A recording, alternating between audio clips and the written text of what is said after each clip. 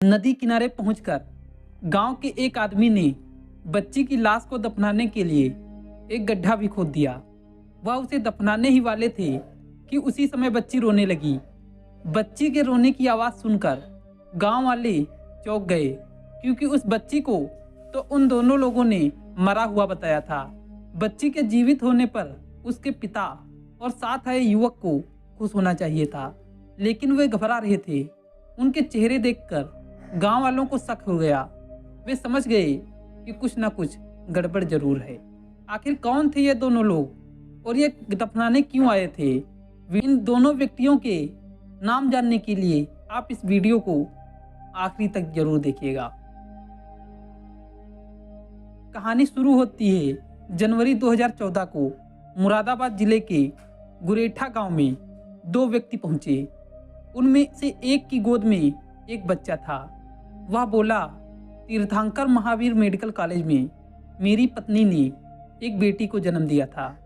बच्ची मर गई है, अब इसे दफनाना है। दफनाने के लिए हमें फावड़ा चाहिए। हमें शमशान बता दो, इस बच्ची को हम वहाँ दफना देंगे। ऐसे दुख में लोग हर तरह से सहयोग करने की कोशिश करते हैं, इसलिए फावड़ा आदि लेकर गांव के कई लोग उन दोनों के साथ गांव के ही पास बहने वाली गांगन नदी की ओर चल दिए। गांव का एक आदमी दुकान से बच्ची के लिए कफन भी खरीद लाया।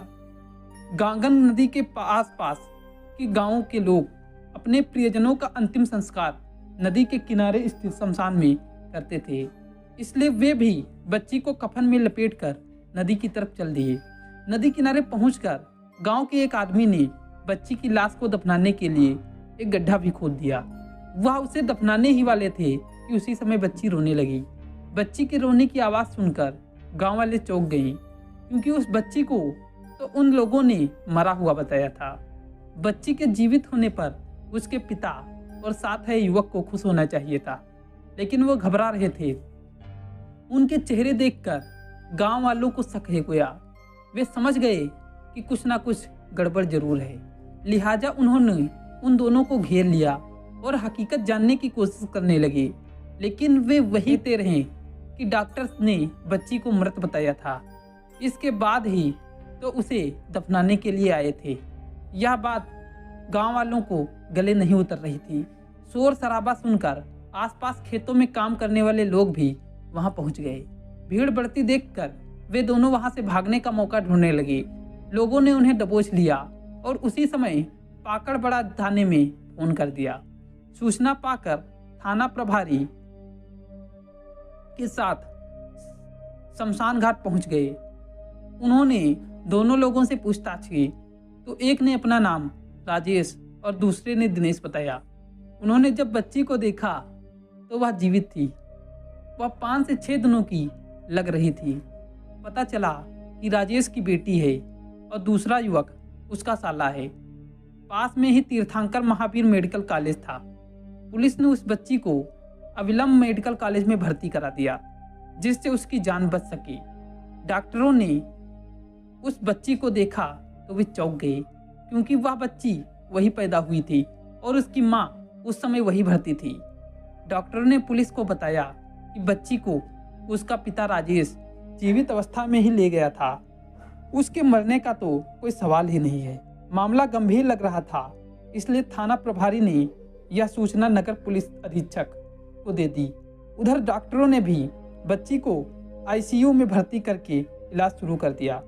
नगर पुलिस अधीक्षक थाना पाकड़बग पहुंच गए। थाना प्रभारी ने उनके सामने राजेश से जब पूछताछ की तो बच्ची को जिंदा दफन करने की एक चौंकाने वाली कहानी सामने आई। राजेश मूल रूप से उत्तर प्रदेश के बरेली शहर के हाफिजगंज का रहने वाला था। वह मोटर मैकेनिक का काम करता था। पिता राम भरोसे को जब लगा कि राजेश अपना घर चलाने लायक हो गया है, तो उन्होंने बरेली के ही नवाबगंज में रहने वाले मुक्ता प्रदास की बेटी सुनीता से उसकी शादी कर दी। शादी हो जाने के बाद राजेश के खर्चे बढ़ गए थे, इसलिए राजेश कहीं दूसरी जगह अपने लिए नौकरी ढूंढने लगा। इसी दौरान उत्तरांचल के रुद्रपुर शहर स्थित एक फैक्ट्री में उसकी नौकरी लग गई। उस फैक्ट्री में बाइक की चेन बनती थी। कुछ दिनों बाद राजेश पत्नी सुनीता को रुद्रपुर ले गया। वहां हंसी खुशी के साथ उनका जीवन चल रहा था। इसी दौरान सुनीता गर्भवती हो गई। इससे पति पत्नी दोनों ही खुश थे। एक बार मां बनने पर महिला को कितनी खुशी होती है, इस बात को सुनीता महसूस कर रही थी। राजेश भी सुनीता की ठीक से देखभाल कर रहा था। सुनीता को 7 महीने चढ़ गए। अब सुनीता को कुछ परेशानी होने लगी थी, क्योंकि डॉक्टर ने भी सुनीता को कुछ एहतियात बरतने की हिदायत दी थी। सावधानी बरतने के बाद भी अचानक एक दिन सुनीता को प्रसव पीड़ा हुई। जिस डॉक्टर ने सुनीता का इलाज चल रहा था, राजेश पत्नी को तुरंत उसी डॉक्टर के पास ले गया। सुनीता का चेकअप करने के बाद डॉक्टर ने स्थिति गंभीर बताई, क्योंकि सुनीता के पेट में 7 महीने का बच्चा था। यदि वह 8 साढ़े 8 से ऊपर होता तो डिलीवरी कराई जा सकती थी। समय से 2 महीने पहले डिलीवरी कराना उस डॉक्टर की नज़रों में मुनासिब नहीं था। ऐसे हालात में सुनीता को अच्छे अस्पताल या नर्सिंग होम में ले जाना जरूरी था। रुद्रपुर में कई नर्सिंग होम ऐसे थे जहां सुनीता को ले जाया जा सकता था, लेकिन वे महंगे होने की वजह से राजेश के बजट से बाहर थे। लिहाजा वह पत्नी को लेकर मुरादाबाद आ गया और उसे तीर्थंकर महावीर यूनिवर्सिटी के मेडिकल कॉलेज में भर्ती करा दिया। वहां 4 जनवरी 2014 को सुनीता ने एक बेटी को जन्म दिया। बच्ची 7 महीने पैदा हुई थी, इसलिए वह बेहद कमज़ोर थी। उसे इनक्यूबेटर में रखा जाना बहुत ज़रूरी था, लेकिन मेडिकल कॉलेज में जो इनक्यूबेटर था उनमें पहले से ही 2 बच्चे रखे हुए थे। ऐसी स्थिति में मेडिकल कॉलेज के जॉइंट डायरेक्टर ने राजेश को सलाह दी वह अपनी बच्ची को किसी अन्य नर्सिंग होम या अस्पताल या फिर दिल्ली ले जाए, क्योंकि बच्ची की हालत ठीक नहीं है। उधर इतनी कमजोर बच्ची को देखकर वार्ड में भर्ती मरीजों के तीमारदारों ने राजेश के मुंह पर ही कह दिया, ये बच्ची बचेगी नहीं, यदि बच भी गई तो पूरी जिंदगी अपंग रहेगी। लेकिन राजेश ने उनकी बातों पर ज़्यादा ध्यान नहीं दिया। बेटी की जान बचाने के लिए राजेश उसे लेकर मुरादाबाद के साई अस्पताल पहुंचा। राजेश के साथ उसका साला दिनेश भी था। साई अस्पताल में बच्ची को भर्ती करने से पहले 10,000 रुपये जमा कराने को कहा गया। उसके पास इतने रुपए नहीं थे। राजेश ने अस्पताल कर्मियों से कहा कि वह पैसे बाद में जमा करा देगा, पहले बेटी का इलाज तो शुरू करो। लेकिन उसके अनुरोध को उन्होंने कई अनसुना कर दिया। राजेश बेटी को हर हाल में बचाना चाहता था, इसलिए उसने अपनी कई सगे संबंधियों और रिश्तेदारों को फोन करके अपनी स्थिति बताई और उनसे पैसे मांगे, लेकिन किसी ने भी उसकी सहायता करने के बजाय कोई ना कोई बहाना बना दिया। राजेश बहुत परेशान हो गया था। ऐसी हालत में उसकी समझ में नहीं आ रहा था कि वह क्या करे। चारों ओर से हताश हो चुके राजेश के कानों में तीमारदारों के शब्द गूंज रहे थे कि बच्ची जिंदा नहीं बचेगी और अगर बच भी गई तो वह विकलांग रहेगी। निराशा और हताश के बीच गुजर रहे राजेश ने सोचा कि जब बच्ची पूरी जिंदगी विकलांग रहेगी तो इसके जान बचने से क्या फ़ायदा। इससे अच्छा तो यही है कि यह मर जाए। इसके अलावा उसके मन में एक बात यह भी घूम रही थी कि यदि बच्ची नहीं मरी तो वह उसकी वजह से पूरी जिंदगी परेशान रहेगा। लिहाजा उसने बेटी को ख़त्म करने की सोची। इस बारे में उसने अपने साले दिनेश से बात की तो उसने भी जीजा की हाँ में हाँ मिलाते हुए 6 दिन की बच्ची को ख़त्म करने को कहा।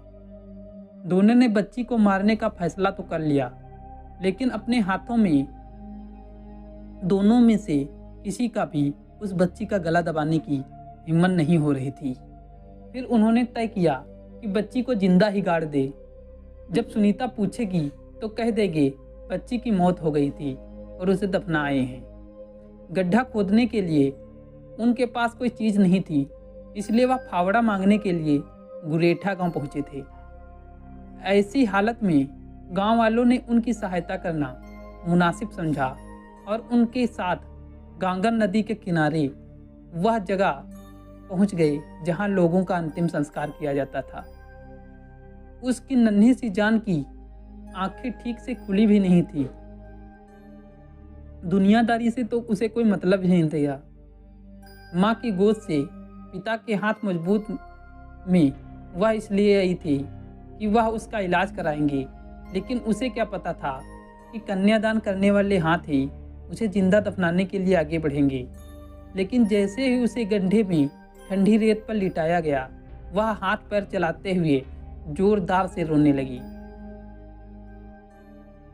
जैसे वह रोते रोते अपने जन्मदाता से पूछ रही हो कि मेरा क्या कसूर है, मुझे मत मारो, एक दिन मैं ही तुम्हारा सहारा बनूंगी और घर में उजियारा फैलाऊंगी। लेकिन उस समय पिता की संवेदनशीलता नदारद हो चुकी थी। अचानक बच्ची की आवाज़ सुनकर राजेश और दिनेश घबरा गए। वे सोचने लगे कि काश ये 2 मिनट और न रोती तो उस हाल में उसकी आवाज़। गांव वाले चौंक गए और उन्होंने पुलिस बुला ली। दोनों ने से पूछताछ के बाद पुलिस ने उन्हें न्यायालय में पेश कर जेल भेज दिया। पुलिस ने उस बच्ची को तीर्थंकर महावीर यूनिवर्सिटी के मेडिकल कॉलेज में भर्ती करवा दिया, जहां उसे इनक्यूबेटर में रख दिया गया। उसकी हालत में भी सुधार होने लगा था। उधर सुनीता को इस बात का पता नहीं था, उसने जिस बच्चे को जन्म दिया उसकी हत्या करने की कोशिश करने वाला उसका पति जेल में है।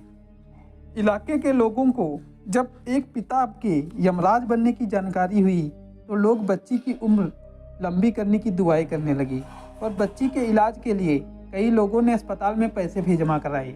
लेकिन 1 सप्ताह बाद ही उस बच्ची ने अस्पताल में दम तोड़ दिया। वैसे वहाँ एक बात बताना जरूरी है कि राजेश की नीयत बेटी की हत्या करने की नहीं थी, बल्कि वह तो उसकी सुरक्षा के लिए ही मेडिकल कॉलेज लाया था और मेडिकल कॉलेज के डॉक्टर के कहने पर वह बेटी को लेकर कई अस्पतालों में घूमा भी। उसकी मजबूरी यह थी कि इलाज के लिए उसके पास पैसे नहीं थे और जिन संबंधियों और रिश्तेदारों से उसने मदद की गुहार लगाई उन्होंने भी मुंह मोड़ लिया था, जिससे वह निराश और हताश हो चुका था। अस्पताल के वार्ड में मरीजों के तीमारदारों के बच्ची के बारे में गलत धारणाएं और राजेश के मन में भर दी थी। इन्हीं धारणाओं ने उसे यमराज बनने के लिए मजबूर किया। इन्हीं बातों ने उसके संवेदनशीलता को हर लिया था। कहते हैं कि माँ का दूसरा रूप मामा होता है, लेकिन उस समय दिनेश का भी दिल नहीं पसीजा था। वह भी कंस मामा बन गया था। पिता से यमराज बनने के हालात राजेश के सामने चाहे जो भी रहे हो, लेकिन इस समय वह अकेला वही दोषी नहीं है। इसमें दोष उन लोगों का भी है जिन्होंने उसे इस रास्ते पर लाने के लिए मजबूर किया।